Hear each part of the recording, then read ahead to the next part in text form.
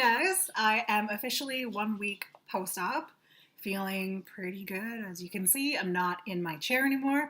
I don't sound like a man anymore. I'm back to my pretty well normal self. I went out driving yesterday, which was not awesome because my car seats are pretty small.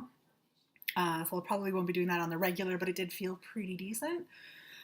So I just wanted to give a quick update. My healing has been pretty monumental, if you ask me. I'm able to do way more than I was like 3 or 4 days ago. I can bend down quite a bit, minus the sore from the binder rubbing on my leg, which I actually will show you. Can shower as much as I want. I don't get dizzy. I don't get any kind of head rush. My blood pressure has been good. I've been off painkillers for quite a while now, which is super great. I'm not sleeping in the chair anymore, which means I am sleeping a little bit less because it's still uncomfortable. Every time I try to roll onto my side, I've got these little earmuffs, I like to call them, on the side of my hips. They're just the lipo spots. They're pretty bruised. They're kind of yellow and green right now, but they are swollen. They're warm to the touch. So sleeping on my back is the only way to do it, but I miss sleeping in bed with my husband, so I'm willing to kind of be a little tired for that. Besides doing the update, I did just want to send out a huge thank you. There's a lot of people that I can't possibly begin to name off that have supported me so far through this, and I know will continue to support me through whatever other crazy ideas I have for myself, my family, my life, whatever ventures I make up. So definitely not in order of importance. I need to thank my husband. If it weren't for him, I would not be able to do this. Mostly because he didn't think I needed the surgery at all. And I know he 100% believed that. Gotta love him for that. Even though he didn't think that I needed the surgery, he supported me up to it, making the decision, driving me to the hospital, putting up with my doped up crazy brain for, a week so far. All the little things that have been coming up, and I just text him and I'm like, oh my God, did you notice this? Like, I haven't looked like this in, 18 years or whatever. He puts up with all my annoying moments or whatever. My daughter, I have to thank because, number one, we're pretty much best friends. Hey, Kenzie. Mm-hmm. There was a time, I don't know, 3 or 4 years ago, we were watching TV together and there was an ad on for Sonobello.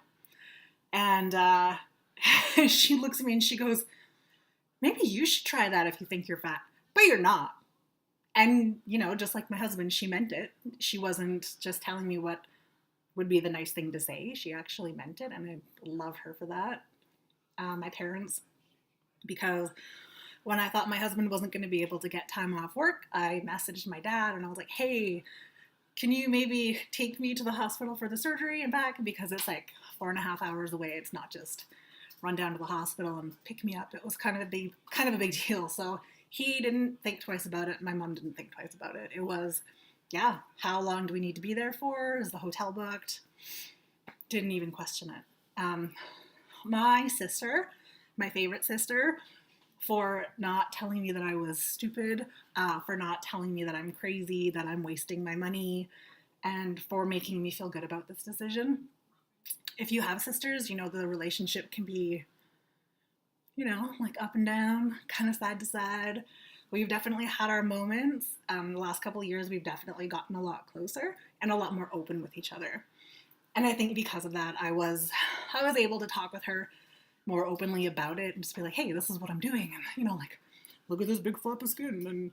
And, kind of compare ourselves to each other. It's not as bad as it sounds that way. But thank you, because that support really meant a lot to me. All of my friends for putting up with my obnoxious, first of all, I have this big thing coming up and you don't get to know what it is until it's done. Surprise. I know I'm annoying when it comes to stuff like that. I'm annoying when it comes to a lot of things. But you're still my friends, so thank you. One in particular I would like to thank is Jocelyn.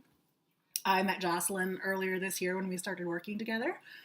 And from the first time I met her, I knew she was somebody just as a person that I could trust, that it didn't matter what the subject was. I could always go to her and be like, hey, can you talk for like 5 seconds? I really need this. And she's proven to be that. She was the only person who I work with besides one other friend who knew that what was knew what was going on and was like an active part of this whole situation, the blog, the website, and all of that. So I really need to say thank you, because without you, I don't think it would have been this easy to share as much of my story so openly, not just with my friends and family, but with the public. So thank you. Dr. Jacoby, the Kamloops Surgical Center, his whole office, everybody who I dealt with leading up to the surgery, whether it was my first appointment that I had, which was last year. Actually, this has been in the works for quite a while. Cindy in his office has been really fantastic. I'm very much a procrastinator, and I'm very forgetful. And Cindy was really understanding and really helpful for that. Dr. Jacoby, it's like, how do you tell someone that you need to look the way that you feel inside? And there's no way to be like, hey, let me draw you a picture of what this is supposed to look like.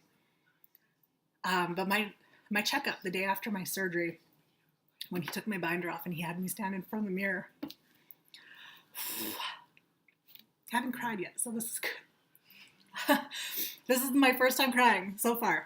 I looked in the mirror and it was so weird, because it was like, I was so used to seeing that flap there, like, for the last 18 years. And when I looked in the mirror, I finally saw what I feel like I look like. I'm trying. This is hard. And I can't thank him enough. That alone is reason, if anybody's considering this and something is stopping you, don't let it stop you. It's not that I regret doing it now and not doing it sooner. Now really was the perfect time to do this. But it's indescribable. Honestly, to just look down and like, this is me. For the last 18 years, every time I looked in a mirror, it was like, ew. You know, and it's not because I didn't like something about myself. I mean, I didn't, but it was because that wasn't me. And now I look in the mirror and I see myself.